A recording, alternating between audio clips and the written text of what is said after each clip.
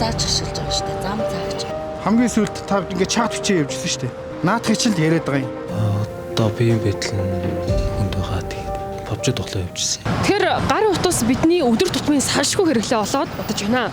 За гэхдээ жолооч автомашин яг жолоодож явах үедээ за гар утсаа оролддог энэ зөрчил буурахгүй юм байна. За хэрвээ жолооч яг автомашинаа жолоодож байх үедээ гар утас оролдох нь за түүний анхаарал сарниултыг 70%-аар нэмэгдүүлдэг гэсэн тоо мэдээлэл байна. Тээврийн хэрэгсэл жолоодож байхдаа хөдөлгөөнд гар утас хэрэгэлсэн гэдэг зөрчлөөр таныг зогсоолоо. Зам заагч ашиглаж байгаа шүү дээ. Зам зааж ашиглаж байгаа шүү дээ. Зам заагч. Зам заагч шүү. Та ингээд чат бичээ явж шүү дээ. Одоо утасынхаа дэлгэцийг гаргаад ирдэ. Хамгийн сүүлд та ингээд чат бичээ явжсэн шүү дээ. Тэр энэ одоо ингээд бичээ явж байгаад наадах чинь л яриад байгаа юм.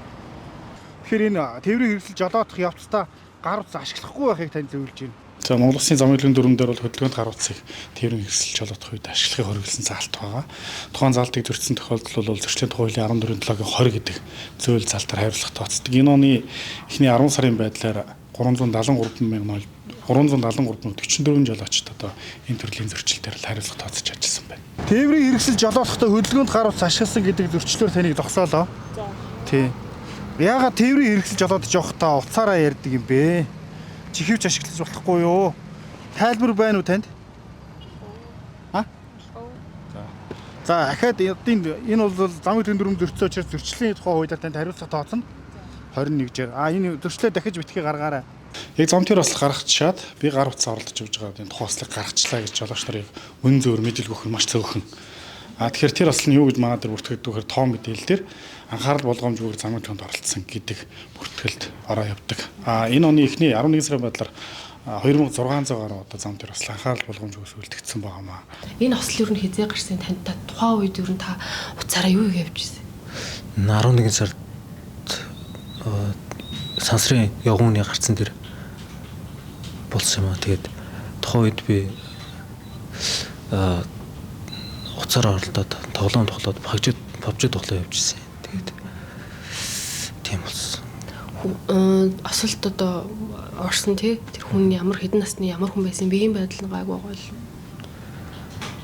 Бага насны хүүхэд 11 нас чим настай хүүхэд байсан. Тэгээд одоо биеийн байдал нь хүнд байгаа. Тэгээд бас өөрийнхөө хийсэн буруу хайхрамжгүй үйлдэлээс болоод ийм зүйл хийснийг харуулж байна. Одоо шалгаж одоо шүүхээр ороод ингээд хөдөө шалгах ажиллагаа ингээд явагдаад ингээд шалгаж байгаа. Маш хурдан болоод өнгөрсөн. Тэгээд ер нь тийм хөдөө алдаад дутагдал битгий гаргасаа гэж үзэж байна. Тэ анхаарал болгоомжгүй би харсангүй одоо та бүхэн биелэн харж байгаа. Нэг слотын гудамж зам дараараас орсон тээврийн хэрэгслүүд бичдэг. Эдгээр бол их их анхаарал болгоомжгүйгээс болсон байдаг.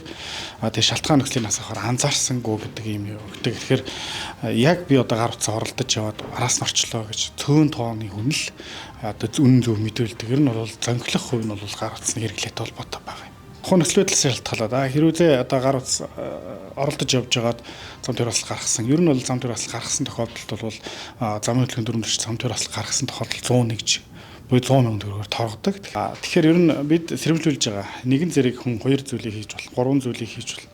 Хэдэн ч зүйлийг нэгэн зэрэг хийж болно. Гэхдээ огт одоо зэрэг хийж болохгүй хоёр зүйл бол тээврийн хэрэгсэл жолоодох, гар утсаа оролдох хоёр байгаамаа. Ер нь нийтлэг автомашин бол 60 км/цаг хурдтай явж байгаа автомашин секундэд 18.6 м газар туулдаг гэсэн судалгаа байж байна. Тэгэхээр хинээс мессеж чат ирж вэ гэдгийг зөвхөн шалгахын тулд хүн хамгийн багадаа 4 секунд ордог. Инхээр 100 орчим метр газар одоо 60-аас 100 м газар бол тухайн тээврийн хэрэгсэл ямар ч хяналт төгөр хөдөлгөөнд оролцож байна гэсэн үг байна шүү дээ, тийм ээ.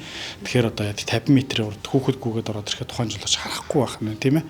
Тэгэхээр ийм судалгаа байдаг учраас энэ гар утасны хэрэглээг тээврийн хэрэгсэл жолоодохдоо зэрэгцүүлж ашиглаж хизээч болохгүй л гэдгийг анхаарал